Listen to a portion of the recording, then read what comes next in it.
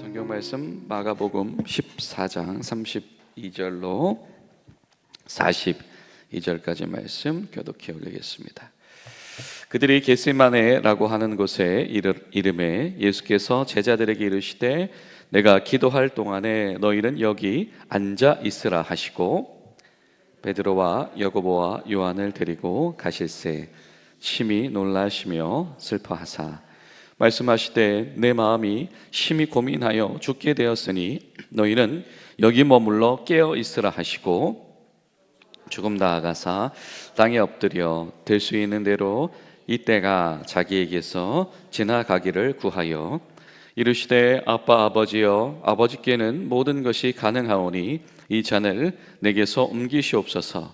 그러나 나의 원대로 마시옵고 아버지의 원대로 하옵소서 하시고 돌아오사 제자들이 자는 것을 보시고 베드로에게 말씀하시되 시몬아 자느냐 내가 1시간도 깨어 있을 수 없더냐 시험에 들지 않게 깨어 있어 기도하라 마음에는 원이로되 육신이 약하도다 하시고 다시 나아가 동일한 말씀으로 기도하시고 다시 오사 보신즉 그들이 자니 이는 그들의 눈이 심히 피곤함이라 그들이 예수께 무엇으로 대답할 줄을 알지 못하더라. 세 번째 오사 그들에게 이르시되 이제는 자고 쉬라 그만 되었다. 때가 왔도다. 보라 인자가 죄인의 손에 팔리느니라. 일어나라 함께 가자. 보라 나를 파는 자가 가까이 왔느니라. 아멘. 사랑하는 여러분, 이번 한 주간은 이 마가복음이 우리에게 전하는 것처럼 예수님의 마지막 일주일에 우리가 몰입하는 그런 복된 한 주가 될 수 있기를 바랍니다. 우리가 그런 말을 쓸 수 있을 것 같아요. 예수님의 마지막 생애라고 하는 말이죠. 이 말은 너무 특별하죠. 예수님께서 이 땅에 오셔서 정말 생애를 사셨다라고 하는 것이고, 그리고 그 예수님께서 그 생애를 우리를 위해서 주셨다라고 하는 겁니다. 그리고 분명히 예수님은 이렇게 말씀하셨거든요. 너희가 기도해라. 기도의 힘을 믿어라. 잎사귀만 무성하고 열매가 없는 그 나무를 보는 이들에게 너희가 믿고 기도하면 이 산더러 옮겨서 저리로 간다고 할 때 옮겨줄 수 있을 것이다. 분명히 예수님께서는 그렇게 말씀하셨었는데 바로 그 예수님께서 그 산을 옮기는 기도의 능력을 자기의 소원을 하나님의 소원으로 바꾸고 옮기는 모범을 보여주고 계시다라고 하는 겁니다. 하나님의 능력이 나타날 가장 위대한 현장이 어디인가? 그것이 바로 하나님 앞에 서 있는 성도의 마음이고 제자의 마음이다라고 하는 것이죠.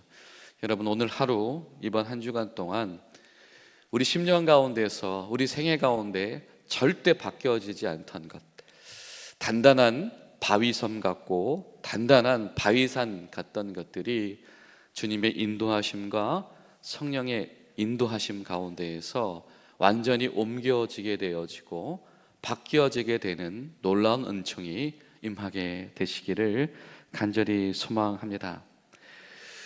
예수님 앞에서 분명히 베드로가 그랬거든요. 주님 걱정하지 마세요. 저는 주님을 버릴 일이 없습니다. 심지어 한 번 더 말했죠. 주님, 다른 이들은 버릴지라도 저만 믿으세요. 저는 최소한 주님을 버리지 않겠습니다. 거듭해서 예수님 앞에 자신했던 베드로 앞에 예수님께서 3번이나 거듭해서 찾아오실 때에 베드로는 정신없이 졸고 있었다. 오늘 말씀은 우리에게 그것을 전하고 있습니다. 예수님께서 그 사랑하시는 제자 베드로와 또 야고보와 요한을 데리고 겟세마네라고 하는 곳으로 올라가셨다. 여러분, 겟세마네라고 하는 것은 아시는 것처럼 기름 짜는 틀이라고 하는 뜻입니다. 이 겟세마네라고 하는 것은 기름 짜는 틀이다라고 하는 것이죠. 그리고 실제로 이 겟세마네 지역에 감람나무를 많이 심기도 하고, 그래서 이 올리브 기름을 짜는 그런 어떤 삶들이 많이 이루어지기도 한다라고 하는 겁니다. 자, 아주 비틀어서 진액을 짜내는 바로 그 현장을 예수님은 어떤 현장으로 바꾸시는가? 바로 기도하는 현장이다라고 하는 겁니다. 주님께서 이런 표현을 쓰세요. 내 마음이 심히 고민하여 죽게 되었다. 심히 놀라시고 심히 슬퍼하셨다. 우리가 여러 가지 추측을 할 수 있죠. 예수님께서 인간적으로 십자가라고 하는 이 형벌, 이 처형이 어떤 것인지를 모를 이들이 없고, 또 그 당시에 또 행해지던 것들이기 때문에 얼마나 고통스러우며 또 얼마나 비참하고 얼마나 부끄럽고 그러한 것인지를 모르시는 분이 아니시죠. 오늘 말씀은 우리에게 이렇게 전하십니다. 우리 앞에서 마지막 생애를 사신 예수님은 진실로 참 사람으로 오신 예수님이셨다. 거짓이 없으시며 정말 육신을 입고 오셔서 십자가의 두려움, 십자가의 고통스러움, 십자가의 부끄러움이 무엇인지 심히 체감하시는 분이셨다라고 하는 것이죠. 그런 주님께서 기도하러 진액을 짜러 따로 구별하셔서 올라가셨다. 마가복음이 예수님이 기도하러 올라가신 일들을 몇 번 소개합니다. 예수님의 사역이 시작될 때도 그렇고요. 그리고 제자들을 떠나서 따로 기도하러 가셨다. 이 광풍을 잠잠케 하시기 직전 사건이었죠. 그리고 또 세 번째로 오늘 이 겟세마네 장면이 등장합니다. 예수님께서 홀로 기도에 집중하기 위하여서 시간을 가지셨다라고 하는 겁니다.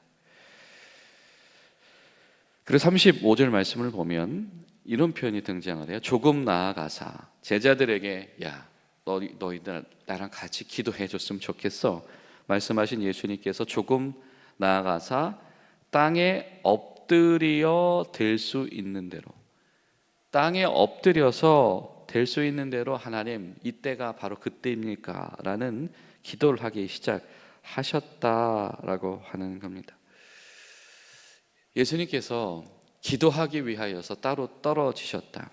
그리고 떨어지고 나서 처절하게 기도하시기 시작하셨다라고 하는 겁니다. 여러분, 우리가 기도하지 못할 많은 이유들이 우리 가운데 있을 수 있습니다. 나는 기도의 동역자가 없어요. 나는 기도의 여건이 되지 않습니다. 나는 지금 삶의 기도의 환경이 되지 않아요. 내 마음이 너무 복잡하고 시끄러워서 요즘 기도하기가 어렵습니다. 근데 오늘 성경 이렇게 말하죠.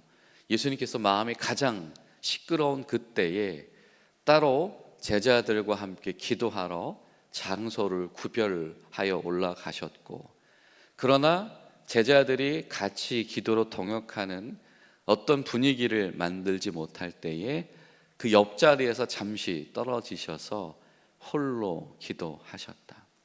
성경은 우리에게 증언합니다.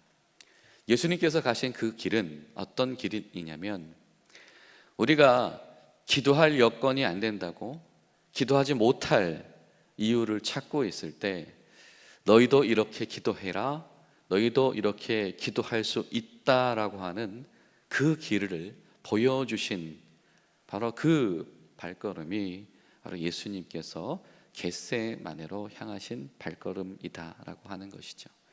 여러분, 오늘 이 시간 가운데 저 여러분 가운데 기도하지 못할 이유, 하나님께 나아가지 못할 여러 가지 크고 작은 이유 속에서 둘러싸이신 분들은 겟세마네에 계신 예수님을 발견하시고 그 예수님이 기도하시는 장면을 목격하시고 그 예수님처럼 여러분 가운데 중단되어졌던 기도가 재개되시기를 간절히 부탁드립니다. 그리고 예수님께서 또 이렇게 기도하시죠. 아빠, 아버지, 될 수 있는 대로 이것이 지나갈 수 있겠습니까? 아버지께는 모든 것이 가능하오니 이 잔을 내게서 옮겨 주시옵소서. 그러나 내 뜻대로 하지 마시고 아버지의 뜻대로 하시옵소서. 이 모든 것의 전제는 하나님께서 능히 하신다라고 하는 것이죠. 그러나 그 능히 하실 하나님께서 그 권능을 펼치실 현장이 어디다? 우리 마음이다. 예수님께서 그것을 먼저 우리에게 보여주십니다. 사실 여러분, 하나님 앞에서 간청하여서 하나님의 진노가 피해간 사건들이 적지가 않지요. 예를 들면 창세기 18장을 보면 아브라함이 필요 이상으로 하나님 앞에 간청하죠. 자신의 조카가 머물고 있는 저 소돔성을 향하여서 하나님, 의인이 이렇게 소수라도 있으면 좀 아깝지 않나요? 하나님 살려주시면 안 되나요? 그때마다 하나님은 뭐라고 말씀하시죠? 그래, 좋다. 네 간청 때문에, 너 때문에 내가 징벌하지 않겠어. 결국엔 그 의인을 찾지 못하여서 그 성이 멸망하게 되었습니다마는, 하나님께서는 간청하는 자들을 통하여서 얼마든지 마음을 바꾸실 준비를 하고 계신 하나님이시다라고 하는 것이죠. 요나에 나오는 느느웨의 성도 마찬가지죠. 하나님을 경멸하고 하나님을 우습게 보던 그 성읍에게 하나님께서 회개할 기회를 주시고, 그들이 진짜 돌이켰을 때 요나의 어떤 바람이 무색할 만큼 하나님께서 그들을 향한 진노를 번복하셨다라고 하는 것이죠. 때론 성경은 하나님께서 모세의 중보기도도 마찬가지고요, 그 기도하는 자들의 마음을 들으시고 번복해 주시는 하나님이시다라고 하는 것을 우리에게 증언합니다. 그러나 오늘 예수님께서 우리에게 보여주시는 것은 바로 그 하나님의 번복이 나 자신을 위한, 이기심을 위한 번복이 될 수는 없다라고 하는 것이죠. 하나님의 뜻과 나의 뜻이 충돌할 때에 산을 옮기는 하나님의 능력이 필요한 분야는 바로 우리의 마음이다라고 하는 겁니다. 아빠, 아버지, 내 마음 다 아시지요? 이 말은 동시에 나도 아버지의 마음을 다 압니다. 아버지, 내가 그 마음 다 아는데 용기가 없습니다. 두렵습니다. 그러니 도와주셔서 내 마음이 옮겨지게 하시옵소서. 이것을 예수님께서 한마디로 압축하시지요. 아버지의 원대로 하시옵소서. 여러분, 오늘 하루 우리 가운데 하나님의 원대로 기도하는, 하나님의 뜻대로 기도하는 은혜가 시작될 수 있기를 간절히 소망합니다. 그리고 한 가지 더 붙이자면, 예수님께서 기도를 마치시고 거듭해서 제자들에게 돌아오셨죠. 그리고 말씀하십니다. 시몬아, 자느냐? 너가 조금도 깨어 있을 수 없더냐?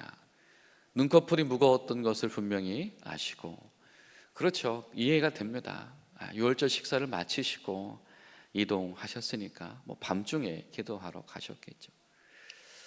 그곳에서 제자들도 아주 지쳐 있었을 수도 있습니다. 그들의 일정이 예루살렘에 와서 분주하게 이동했기 때문에 피곤했을 수도 있지요. 그런데 예수님께서 거기에서 진액을 한 번 더 쏟으시는 기도를 하셨다. 그리고 이렇게 말씀하십니다. 깨어 있어야 한다. 여러분, 우리가 깨어 있는다라고 하는 것은 어떤 의미이냐면, 때로는 진액을 쏟아내는 일일 수 있다라고 하는 겁니다. 짜내는 기도. 하나님, 더 기도할 게 없어요. 하나님, 눈물도 말랐습니다. 하나님, 이제 힘도 없고요, 이제는 어떤 마음의 뜨거움과 동기도 생기지 않습니다 라고 하는 바로 그 시점에 다시 한번 짜내는 것. 그렇죠, 땀방울이 짜다 이제는 모세혈관이 터져서 핏방울이 나오게 되어지는 것. 이것이 짜내는 거 아니겠습니까? 우리 기도가 멈춰지고 중단되어졌다라고 하는 그 시점에 다시 한번 짜내는 것, 이것이 바로 여러분 깨어 있는 기도다. 다시 한번 나의 모든 것을 짜내면서 하나님, 나의 마음 가운데에 하나님의 뜻이 회복되게 하시옵소서. 나의 마음 가운데 하나님의 뜻이 펼쳐지게 하시옵소서. 이렇게 기도하라고 주님 우리에게 요청하고 계신 줄로 믿습니다. 그리고 이렇게 짜내는 이들에게 주님 말씀하시는 것이죠. 가자, 일어나라. 나를 팔 자가 가까이 왔다. 기도를 짜낸 이들에게 주님 말씀하십니다. 고난을 두려워하고 고난 가운데 패배당하지 말고 고난을 맞서고 고난을 이기는 자가 되어라 라고 하는 것입니다. 여러분, 오늘 하루 우리 가운데 주님 앞에서 다시 한번 예수님처럼 주님, 주의 뜻을 이루소서, 깨어 있으며 기도를 짜내며 고난을 향해서 넘어서게 되어지시는 놀라운 역사가 여러분 가운데 있게 되시기를 간절히 소망합니다.